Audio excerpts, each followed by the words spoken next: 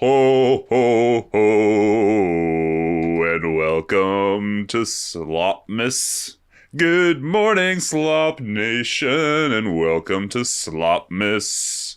Slopmas Day is today. Oh, wait, no, it's tomorrow. Oh. Welcome, sloppers, to another episode of Slop Chop. A very special one indeed. Welcome to Slopmas. This is the new podcast hosted by myself, Harvey Mulvihill. It's about the happenings of Christmas, and the Christmas spirit is within me today. Oh, this is the only red shirt that I own. The only red shirt that I own. It's a niche Blu-ray label. Ho. How are you people doing? How's everybody doing? Is everyone looking forward to tomorrow, to Christmas Day? My family and I have a tradition. We watch the 1984 version of The Christmas Carol, which is a TV movie starring George C. Scott. Straight to television. Didn't get a theatrical release. One of the best motion pictures of all time. It's not just nostalgia speaking, baby. That shit rips. We watched the Muppets Christmas Carol like last year because everyone loves that one. Movie's a pile of shit compared to this one, brother. Pile of dog shit compared to my beloved 1984 version. It's the best version. And it's like the 15th most popular one. I looked up I looked up A Christmas Carol, and I looked into it. And yeah, the one that I've been watching my whole life, every Christmas Eve since I was a wee lass, no one fucking knows about. It's like one of those things where, how did my parents figure out about it? How did my dad know about the George C. Scott 1984 straight to television version of the Christmas Carol and not, I don't know, another one? Isn't that curious, sloppers? My fucking hat.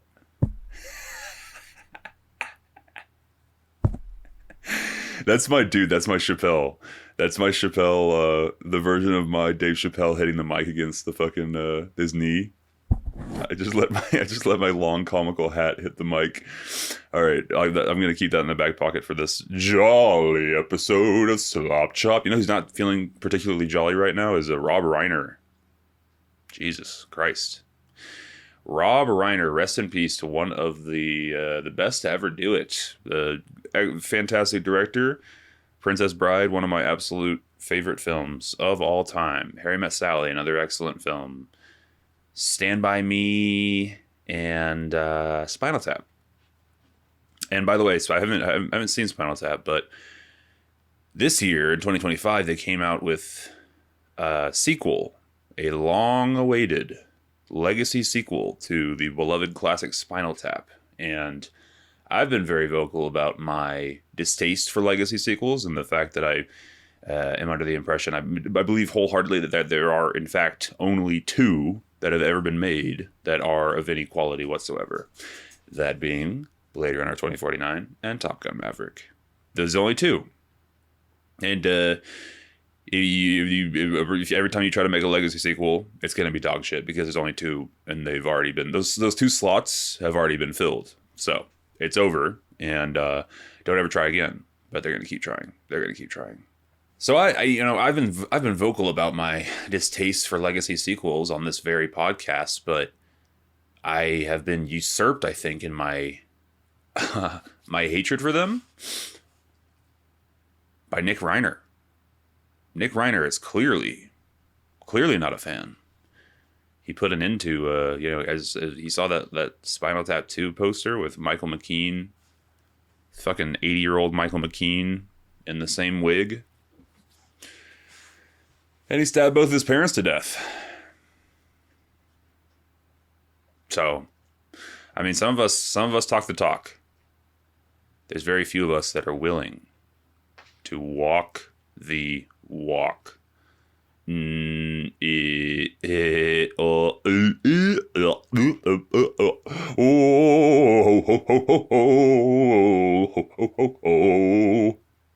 A jolly, jolly, jolly, jolly joke for you.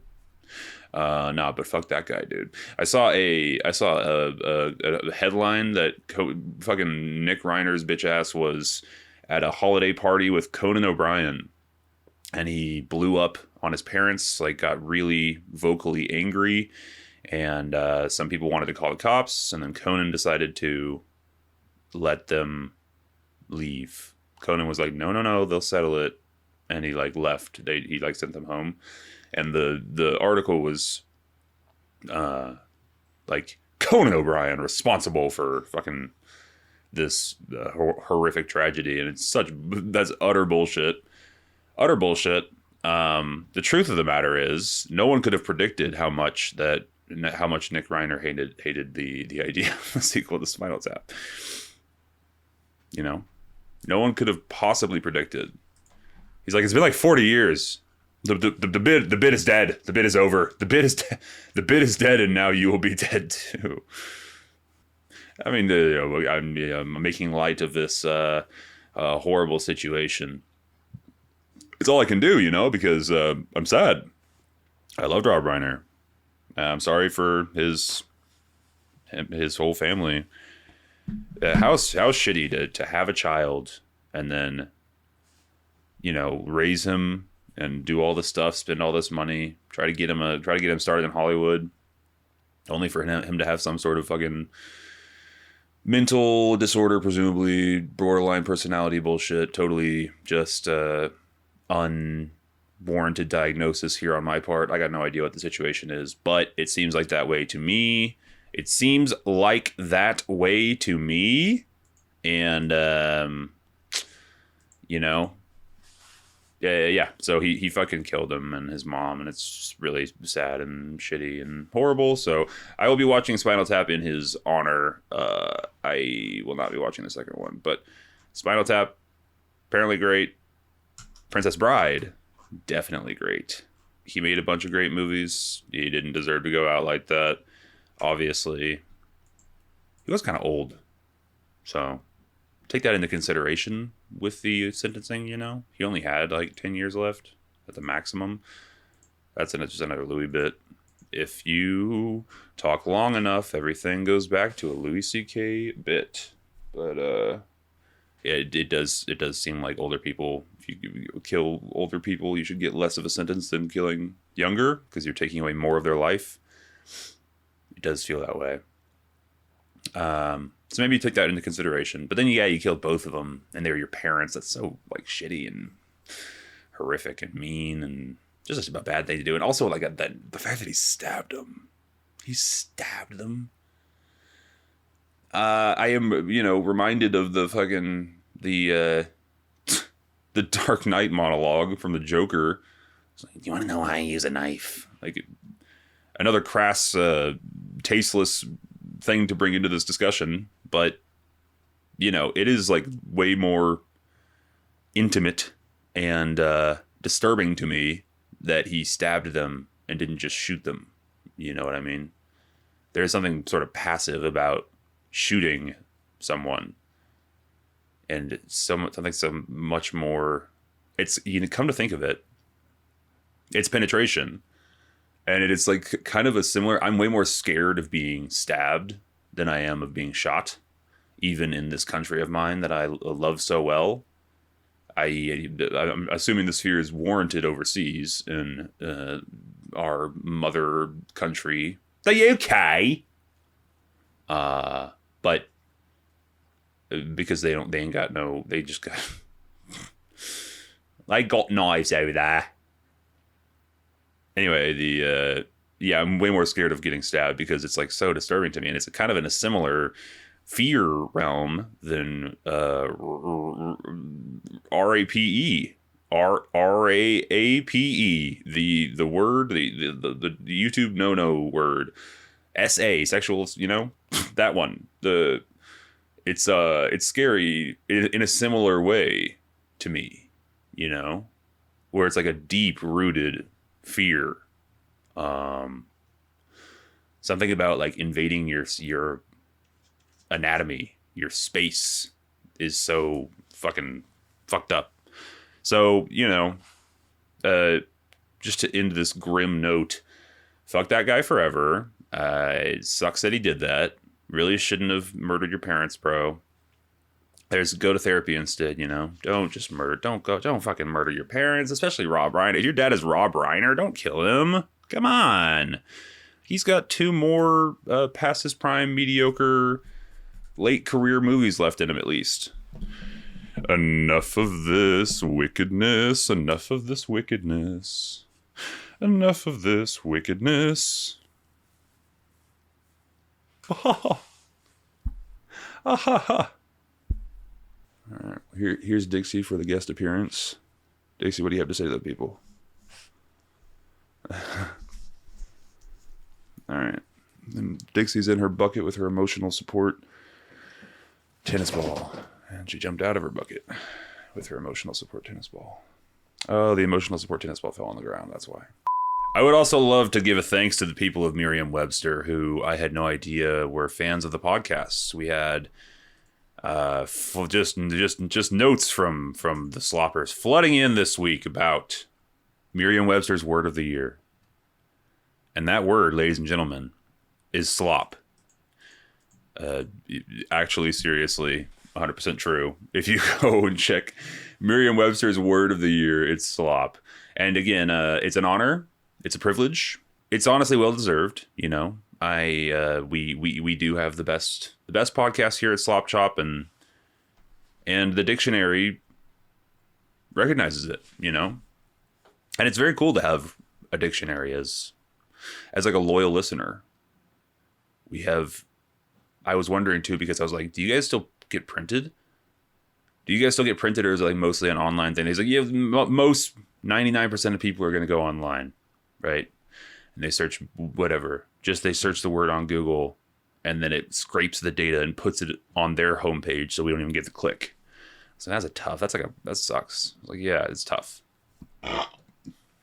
And then, 99% of that 1% left, those people will be using the website. Who like go to actually dictionary or thesaurus.com, and we get some ad sales there. And then the 1% of 1%, those are the people that are still using the actual dictionaries like you remember from your childhood. The thick ass books that you have on the shelf of a classroom, and you pick it up, turn to the page number. They're using just alphabetical in a dictionary. It seems similar to like the Dewey Decimal. Why is Dewey Decimal even a thing? What even is the Dewey Decimal System? Why aren't they using that inside the dictionary? Is this anything? Am I spitting facts here on this holiday cheerful episode? Or is this just spinning my wheels? What's the difference? What is this podcast if not spinning my wheels? A great point. But yeah, what a strange concept of dictionary. And also I read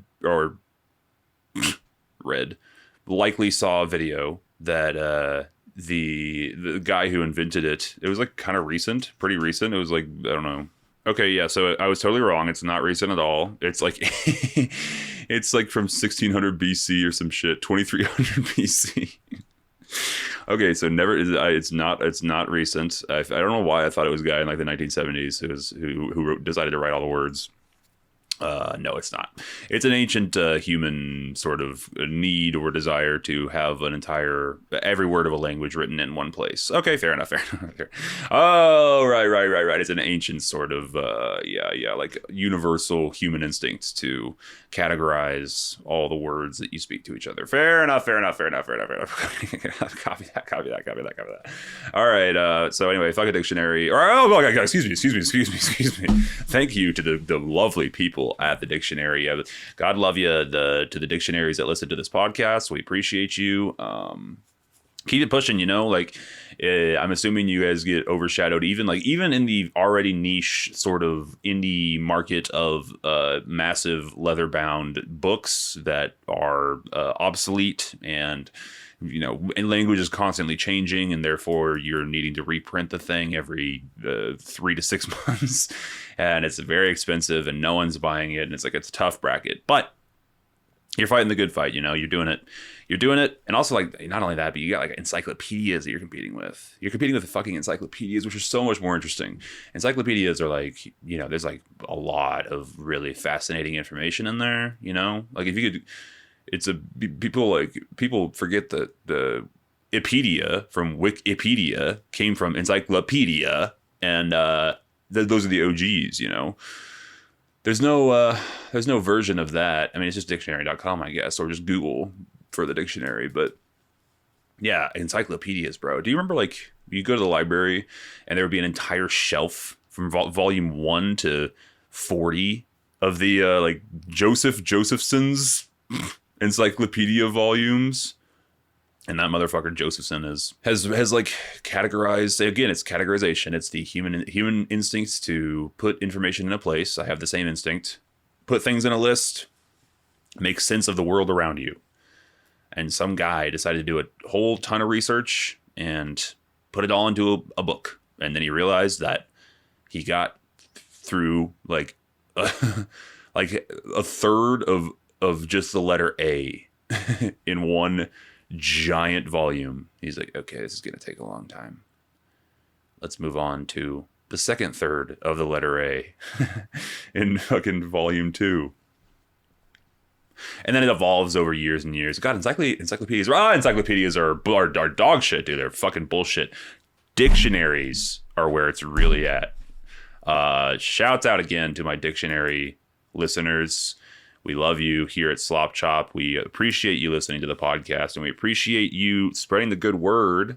You know, what else would be the word of the year? It's slop. It's slop. It's perfect. I mean, like, it's the word, and by extension, this podcast has had a stranglehold on the cultural conversation. No one's walking down the street without hearing about slop. Gotta love it. Gotta love it. It warms the cockles of my heart to hear about slop every day, you know? I walk down the street and I hear old people talking about slop. Oh, did you see that new TikTok AI trend? Ooh, it is entertaining. It's a little soulless, but it does make me laugh. Sora doesn't seem like the most profitable business model. It seems like OpenAI is shoveling money into the fucking furnace. And people are ripping their videos off of their app and putting them on a platform that actually makes money. That seems like a questionable idea. It seems like we're living in a bit of a bubble. There's got to be a grandma that's down like that somewhere. Some like super technology pilled old person. There has to be at least one who's just totally adapted to everything. Like a slop pilled 90-year-old. I mean, if you can think of it, it exists in a person. So that person definitely exists. But somehow that's like, it feels like you grow out of it. It feels like I should have already grown out of it. Like, I'm 31, but instead of growing out of it or like starting to like read books or something, I decided to start talking about it into a microphone. But yeah, there has to be someone 3 times my age who is like omega slop pilled, who's like huge on TikTok and like Twitter and loves all the memes, keeps up with all the internet drama. He's like a big fan of Keemstar or something. This has to exist. That person, I'm going to wager a guess, does not have a whole lot of family life. Or perhaps they do.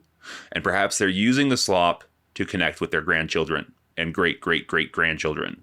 They had kids young, and their kids had kids young, and their kids had kids young. So now they have great-great-great-great-grandchildren. Yeah, that has to exist. So shouts out to the grandmother that listens to this podcast. We love you. I'm sure you were as ecstatic as I was that of the word of the year.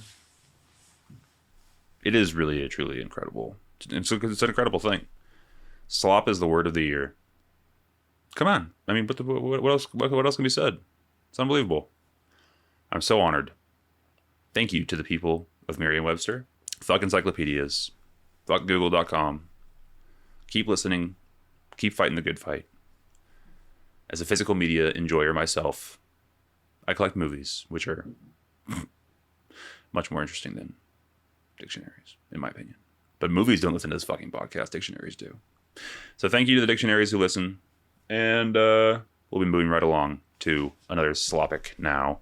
Okay, let's talk about the Chappelle special. All right, couple things. Let's start from the beginning, shall we? Dave Chappelle still arguably on my Mount Rushmore. I say arguably mostly because, I mean, he's got to be up there. You can't not put him there. He's on my Mount Rushmore. I just say he's the one that is like, okay, it's Louis, Bill Burr, Norm Macdonald, and Dave Chappelle. And then Chappelle and Doug Stanhope are the two that like trade places. It used to be Norm and Stanhope, and Norm just means so much to me. And even though he's only released 2 specials and only one of them is actually exceptionally great, he's done so much other stuff that I can't not put him up there. He means the world to me. So he's definitely on. He's cemented forever in stone in my Mount Rushmore. I can't imagine him ever getting chipped off. We'll see, but I don't think so. But anyway, Chappelle's always been my token black guy on my Mount Rushmore, because people love Chris Rock. People put Rock up there constantly, and I don't share that love. I think he's great, good. I honestly, he's one of those guys, Carlin, Rock, the other one who I haven't experienced a whole ton of their work. And so therefore I don't have much of an opinion on them. I don't have a negative opinion. I just don't have much of an opinion at all.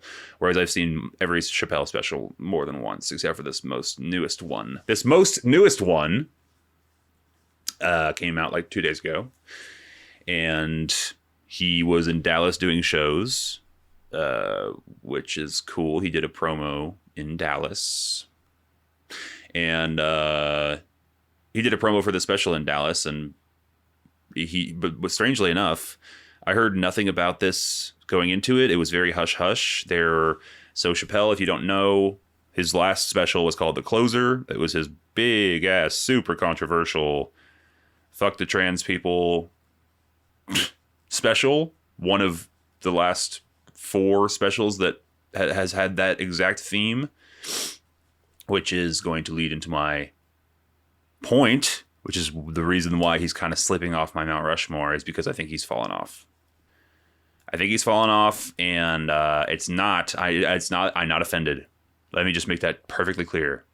I'm not offended by the trans stuff. I'm bored of it as a comedy nerd. It's a very different thing.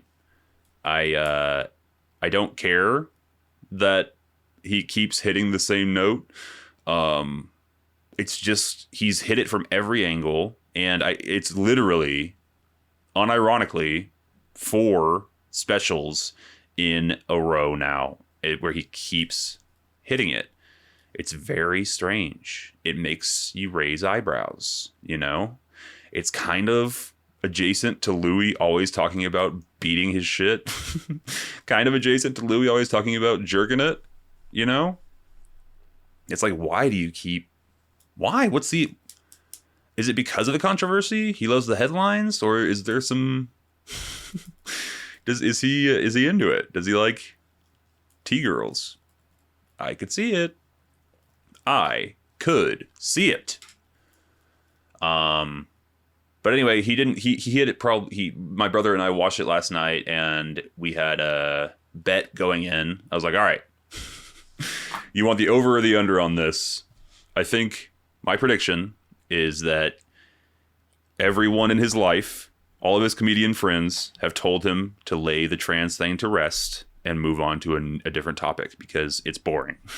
Again, we're not offended, we're bored. And I think that sentiment is shared amongst comedy fans, and we're tired of it. Let's move on. You're one of the greatest comedic minds to ever walk this planet. Let's find another Let's find another topic to tackle. You know, so he did. To his credit, he didn't. The closer was 3 years ago now. 3, I think. That special sucks ass, in my opinion. It's his worst one, I think, until 2 days ago. I don't know which one is my least favorite. Either this one or the last one.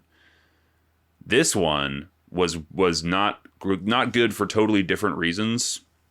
So first of all, the closer was the end of his big Netflix contract. It's called the closer because he did 4 specials for Netflix or 5, and he got paid like $50 million for the privilege. So the closer was his final one for that contract, and then it was big news when he is doing another special for Netflix. I don't know if he signed another contract for several specials or what, but he is doing, this is the first one after that contract has concluded, which means that there's a new contract in the works or already signed. However, it seems hastily put together. It seems strange. So the special opens with, it says live from Washington, D.C., and immediately I was like, "Oh, this is one of the new Netflix live comedy specials. Chris Rock did one, Joe Rogan did one, and I guess now Chappelle is doing one." So, and right away, you can tell right away that the quality is not there. It does not look like a comedy special. It looks like a live stream, like an elevated live stream, like a high production live stream. Matter of fact, there's probably 3. I think there's 3 cameras that they live switch between, and one of them is just noticeably either out of focus or lower quality than the other 2, and it's so distracting. The 2 they switch to 2, like the close up is fine, the medium shot is fine, but the wide is like grainy and soft, and you're like, whoa, what happened there? What the fuck happened there? So then you go, oh wait, yeah, okay, this is a live stream. They streamed this to Netflix Live, and that's why it looks like this. So this was one show. There was no cutting between shows, and they left everything in. They didn't cut around anything. This is the show. So that's what I thought going into it, and it was still disappointing. It was still disappointing. I unironically enjoyed the Joe Rogan live comedy special more than this one. I think it was more polished. I think Rogan's was better. Rogan's was more polished. It looked better. It sounded better. It looked like a comedy special, and he was like on his A game because it was live streamed to the entire earth. So he like really prepared, clearly. And in my opinion, that special is good. I think it came out last year. It's called Joe Rogan, I'm Joe Rogan or some shit. This one was unfocused. Like, okay, so he walks out. Let me just by the way, I've been all over the place. I've got so many thoughts, but I don't remember if I finished that point of my brother and I did the over-under on, I was like, I think everyone in the world has told him that the trans stuff is boring, and I don't think he's going to address it this special. I think that my bold prediction is that he's not going to touch it once. He's going to just let it lie and move on to other more interesting things. And my brother was like, there ain't no fucking way he does that. There ain't no fucking way. He said, what was his prediction? He said, it's not going to be the focus of the special, but he's going to drop a couple of them in the first half, and then we're not going to hear about it once in the second half. Which was spot on. Yeah, he nailed that. That fucker. The special starts. It looks like shit. You're like, okay, wow, this was live streamed to Netflix, I guess, so that's why it looks like shit. But then you find out that it wasn't live streamed. It wasn't. They fucking just recorded a show in DC like a week ago quickly turned it around and shat it onto Netflix. But why? Simply why? What's the point of that? Wouldn't you just make it like a real special? Shoot 2 shows or 3, cut between them, spend 3 months editing it, and release a real special? Why would you do this? Is it because the topics are so of the time? They're so relevant to right now that 3 months from now, everything will be outdated. Perhaps. But you're Dave Chappelle. Okay, you're Dave Chappelle. Get them to edit it in 1 month. You know? Perhaps even 2 weeks. You can have a crack team of editors create excellent, top tier looking, sounding comedy special in 2 weeks' time. If you have all the money in the world, you can definitely make that happen. Why did you do it this way? Why did you release a subpar product in every sense of the word? Everything about it is subpar. It looks bad. It sounds bad. The material is mid. It's unfocused. It wasn't ready. It needed more time. More time cooking. The themes they're trying to be something, but they're not there. He has these long stories. He's a great storyteller, obviously. He's one of the best to ever do it. An excellent storyteller. He hooks your attention, and then you think it's going to like cascade into this sort of beautiful, you know, cornucopia of something in the third act. And it doesn't. It just kind of falls on its face, which is very similar to his last couple specials. Do you guys remember? I always think about this. Do you guys remember the structure of that? It was probably 2020. No, I meant pre-COVID. Jesus Christ, I don't remember when it was, but the OJ one. I met OJ Simpson 3 times, and during the course of this hour, I'm going to tell you each one of those times. The way he framed that special is one of the coolest things I've ever seen. I love it. I think it's the coolest. Like anytime you play with the structure of a thing, or play with the medium.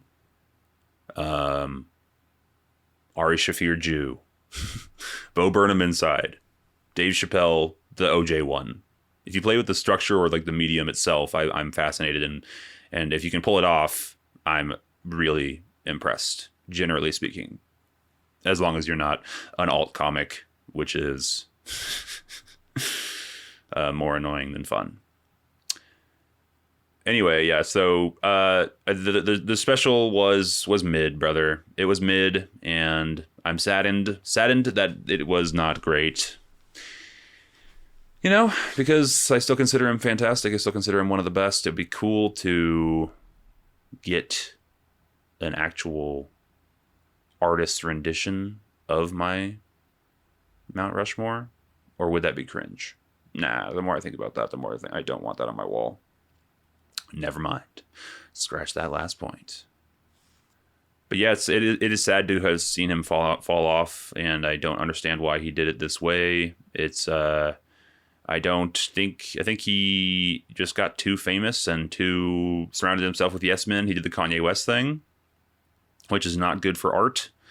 You need to have people that tell you suck and that you can be better in your corner, or else you produce subpar, mediocre content, and people just applaud it as great, even though it's not. And this is not great.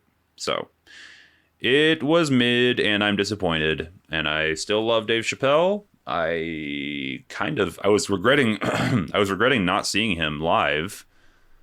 But if it was this same material, I think, you know, meh. Obviously, this material would have played better in the room, but meh.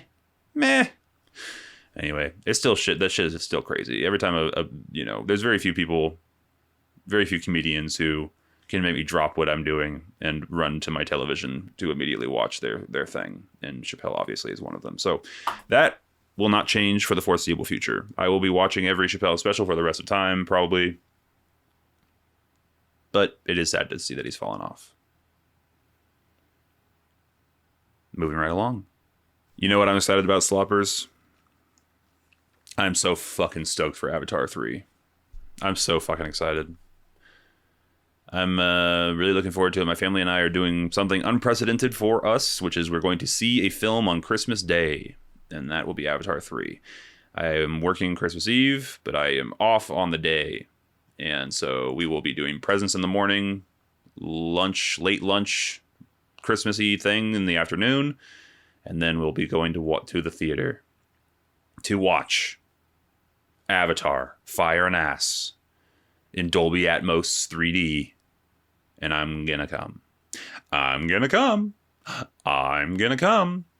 I was thinking about wearing my full ass Na'vi fucking outfit. I have an official Disney Na'vi shirt and hair wig.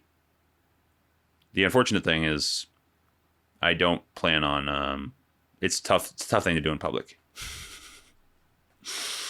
But then again, I'm like, do I give a fuck? I don't think so. I don't think I will. Maybe I will. But I'm really looking forward to that, man. It's going to be fun. And tomorrow I will tell you all about it. I will tell you all about Avatar 3. As a matter of fact, tomorrow, next week, I will be telling you about that and my top 10 movies of the year. Next week will be the last day of the year. So what better time than to do a year wrap-up type video. And we'll talk about my top movies. I will try to watch as many movies as I can in between now and then to catch up on the stuff that I haven't seen. And we'll tell you which ones to watch. We'll tell you my favorite slop of the week. Of the year, excuse me. Favorite slop of the year. I wonder how I could... I'll figure that out. It'd be a fun walk down memory lane to go through the slop of the year. What have we covered? Because also the fascinating and hilarious thing about slop is that it's so fickle and temporary by its very nature. It will fall away in a moment's. So if you go back even 2 weeks, you're gonna be like, oh my god, remember that? It's the news cycle, man. So that'll be fun. So look forward to that. To more slop next week. Did you guys see? Speaking of movies, did you guys see the trailer for this new Spielberg horror movie? Spielberg horror movie. Sort of horror movie. It's very like Signs, M. Night Shyamalan coded. There's spooky aliens, fucking creepy visuals. The trailer opens like a fucking horror movie. And if Spielberg can dip his toe into horror, I am so interested. So down. So freaking down, brother. Disclosure Day is what it's called. Disclosure Day, starring Emily Blunt and Josh O'Connor. Josh O'Connor has been having a freaking moment, dude. That guy's everywhere. Shouts out to Josh O'Connor. First I saw him was in my beloved Challengers. So, Disclosure Day. Emily Blunt's fucking awesome. So anyway, lots of good movies coming out next year, I think. It's gonna be a good year for cinema. And then it will also be the last year for cinema, which is also exciting. The movies will be coming to an end in 2026 with the Warner Brothers Netflix acquisition and just general sort of distaste for the medium. People are not giving a fuck about it anymore. People are talking about slop and YouTube and TikTok much more than they are movies. You only ever go to the theater to see like big event movies like Avatar 3. And even then, eventually those will just become at-home sort of, passive entertainment, second screen entertainment. Second screen entertainment. So Avatar 3, I'm excited to watch on a second screen. I'm gonna be staring at TikTok the entire time, and switching back and forth from TikTok to Twitter. Yeah, and then just slamming through Instagram stories. Nothing makes me sicker to my stomach, by the way, than watching Instagram stories. I wonder if you guys have that.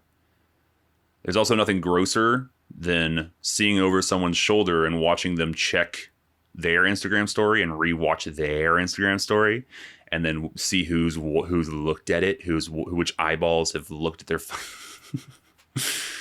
It's gross because I'm guilty of it. I do the same thing, but seeing it, I cannot imagine ever doing it in public. My God, you do that shamefully in the privacy of your own home. It's like gooning. Should be kept a secret. My God. Yeah, people just raw dogging they're watching their own story and then clicking at the little eyeball and scrolling down. Oh, look, Stacy looked at my fucking story. And then you think to yourself, wait a minute. I barely fucking remember any of the shit that I see, much less a temporary 24-hour Instagram story. Like someone asked me the other day, is like, yeah, you think about, you put all this effort into, or not really effort, but you put a lot of thought into what you post on your story.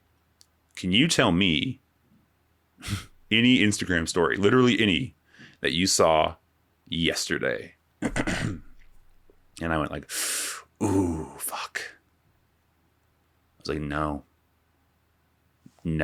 I could tell you 2 or 3 today, but like yesterday, I got nothing. He's like, yeah, everyone else in your phone thinks the same way about their stories as you do, because everyone's the main character in their own universe. So you put a lot of thought into the IG story, only for it to be immediately forgotten by everybody, everyone in your life. No one gives a fuck. Nobody gives a fuck. And that's honestly kind of comforting and beautiful when you really think about it. You're a speck of dust on a speck of dust. You're like a mite. Yeah, and we're all going to die. Isn't that just so nice that this is all going to end one day? We're all going to die, man. We all have an expiration date. It's beautiful. You can fill this life with family or friends or slop, but at the end of the day, we're all going into the fucking ground or being scattered into the wind, whatever you prefer. People are scared of death, and I just couldn't disagree more. I wonder, by the way, I've had this theory. My theory is that a fear of death is eliminated from one when one desires it at some point in their life. So if you want to be dead at literally any point in your life, the fear of it is forever eradicated from your brain. You like that theory? I think it's true, because if you have ever been suicidally depressed, you're like, yeah, I've been there. Okay, well then just without the sadness. You're like the end goal of that like warm, fuzzy feeling of like, oh, I don't have to go to work tomorrow. I can just die. I can just kill myself. That like lovely, wonderful feeling, that beautiful fantasy that we all share, that we occasionally all still have. The suicidal ideation, as a therapist would put it. Oh, fuck, God. You just live in the fantasy for a second. You go, oh, God. So yeah, I'm stressed. I hate myself. Oh, let's actually remove it. Let's actually remove it from all negative connotation, shall we? I'm stressed. Work is difficult. You know, I'm encouraged to work hard, and perhaps I'm not shown the admiration or financial incentive to do so at my place of employment. My family is demanding. I have kids, and I get home from my hard job where they don't treat me well. And then I have kids who are hard and they don't treat me well. And so I have no solace. I have a wife who is difficult, and I love her, but she's difficult, you know? And we get along, but she's tired. She's got the kids all day, you know? And I get home and she hands them to me, but I'm also tired. We're both tired. So then what do we do with you know? So the whole thing is just difficult. Having kids is hard. Life is hard. And I love them to death. I love my children. I love my wife. I love my life. I wouldn't trade it. I'm happy to go to work to provide for my family. But then, on a really, really stressful, miserable day, where like I have a fucking QR report due, and I'm up late, I'm a salaried employee, and they don't pay you overtime when you're a salaried employee. It's kind of a grift. They jump you up from hourly to salary, and they pay you more per year, and there's bonuses and shit, but you don't get paid if they need the work done. And if the work is done, you can go home. But sometimes the work takes all fucking night to do. So you've been working all night, and then you drift off to sleep, and then you hear at like 4 a.m. You went to sleep at 3, you woke up at 4 to your child crying. And before you get up for just a second, you go, oh my God, I could just kill myself. I could just make this all go away. And you don't do it. You don't do it. You just think about it. You fantasize. And that's totally fair and valid. You just exist in the fantasy for just a little bit. Who amongst us would call that man depressed? Who amongst us, perhaps depressed, but who amongst us would speak ill of that man for enjoying a brief suicidal fantasy? It's a beautiful thing. It only becomes a problem when you exist in that fantasy for a long period of time, right? If the time stretches out, then suddenly you got an issue. But if you dip your toe into suicide, a little dippy, that's fine, bro. As a matter of fact, to my earlier point, it might eradicate your fear of death. You might experience full ego transformation because of depression. Perhaps depression is the root of ego death, and it's not psychedelics. I don't know. It might be psychedelics. It might be doing like a quarter of fucking shrooms or something. So it might be doing that, perhaps. Or religious enlightenment or some dog shit, whatever. More than likely, it's probably the shrooms, but perhaps it could be also depression. Depression could just kill your ego. If given enough time. Maybe. Or maybe depression is ego. Depression is kind of ego, because you're thinking about yourself constantly. You're thinking, woe is me, my life sucks, wah, wah, wah. When the true solution to that issue is to get out of self and into others. I'm not talking about fucking, you brother. I'm not talking about banging. How could you? How dare you? No. Now you got to start thinking about other people, bruh. That's how you get out of that. Start being grateful for what you have and turning your thoughts to others. That's the idea. But it's a tough thing to do. And it's super, super tough to do when you're depressed. Because you think to yourself, wait a minute, why would I go help that fucking guy when I could just kill myself? And it's a tough thing to argue with. Tough thing to argue with a depressed person. I have someone in my life who is very depressed. I might have talked about them on this very program. But someone in my life who's very depressed, who has been stuck in a rut for a long time. And they are older, and they got broken up with 2 years ago. 2 years ago. And this other person keeps dipping, keeps like coming back into their life for just a moment or two, just like reigniting the pain and the making it sort of impossible to fully give it up, fully get over it. So perpetual sort of loop of like, maybe one day, okay, it's not happening, fuck. Maybe one day, okay, it's not happening, fuck. Instead of just like, you get through that cycle and then you go on to the next one. So they've been stuck in this cycle forever, for years, and mega depressed, jobless, living off, I don't even know what they're living off of. It's a bad situation. And they call me and they ask for advice because I've been there, not in their exact situation, but I've been in that mindset.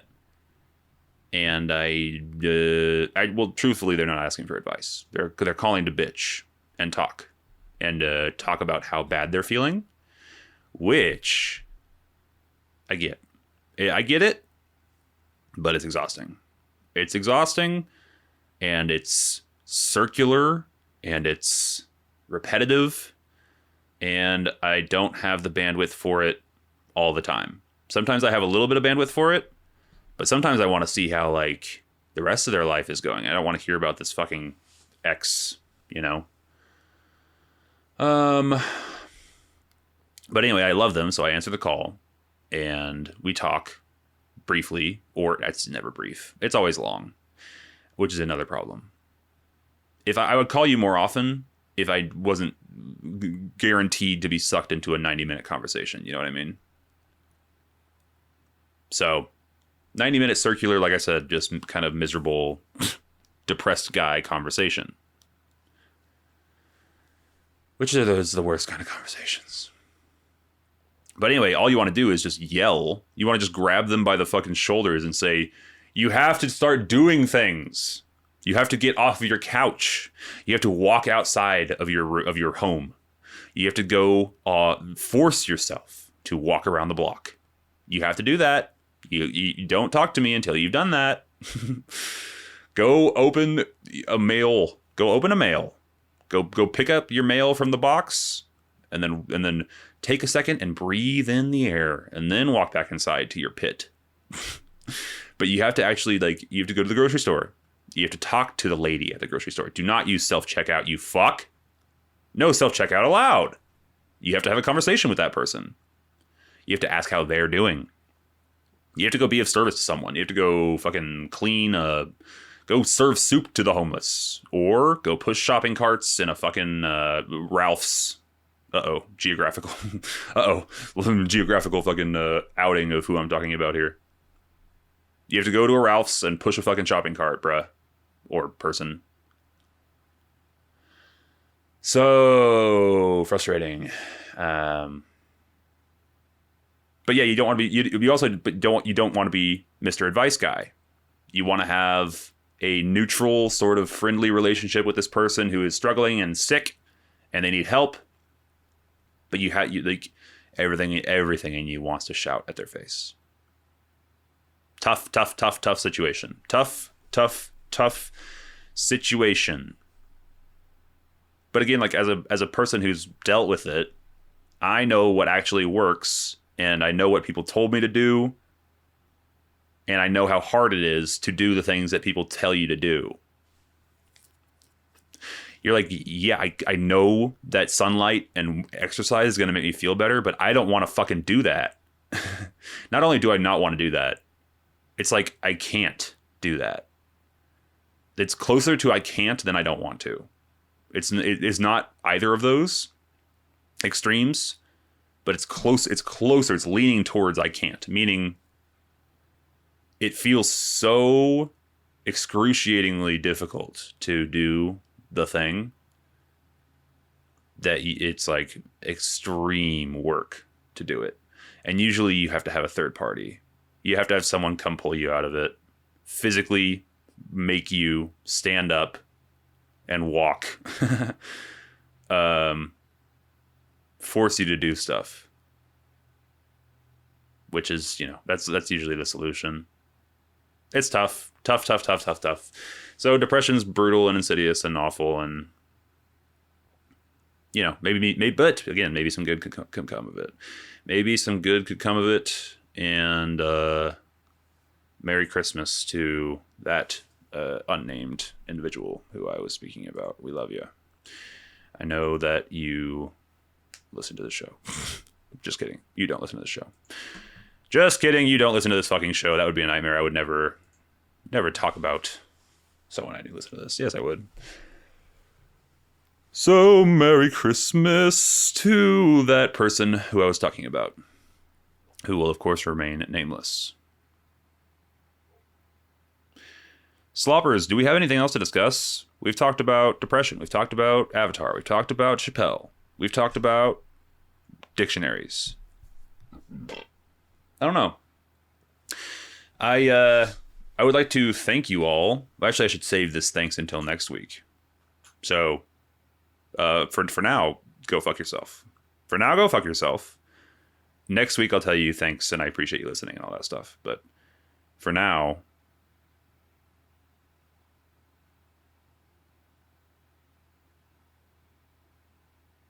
God love you, Slop Nation. I really appreciate it. Thank you for listening. So I hope you guys have an excellent Christmas, man. Or Kwanzaa. The big two. Hope you guys either have a great Christmas or Kwanzaa. And we love you. We appreciate you listening. Truly means the world to me that anyone listens to this. It is crazy to me that any human listens to this. It's wild. Thank you for doing that. Yeah, so no, next week is going to be our list episode of the best slop of the year, and then we will start doing guests regularly again after that. Look forward to that, and if you are an interesting human being who would like to be a guest on the show, hit me up. Just kidding, don't do that. All right, sloppers, I appreciate it. God love you. We'll see you next week for Slop Awards. Thank you again to the dictionaries for listening, and I appreciate you all very much.